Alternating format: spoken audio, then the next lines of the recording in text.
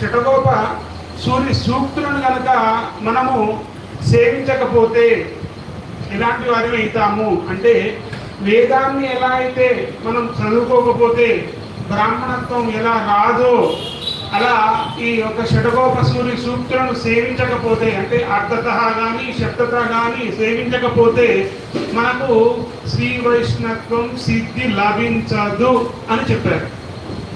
ఇంకా మరి ఏమిటండి, ఆ యొక్క ప్రబంధానికి అంతటి వైభవం ఉందా అంటే ఉంది అనే చెప్పాలి. ఎలా చెప్పాలి అంటే, యతో వాచాని వర్తంతే అప్రాప్య మనసా సహా, వేదాలు సైతం స్వామి ఎవరు పరత్వము అంటే శ్రీమన్నారాయణుడే పరత్వము అనేటువంటి విషయాన్ని చెప్పడంలో వేదాలు కూడా వెనుకడుగు వేసినాయట.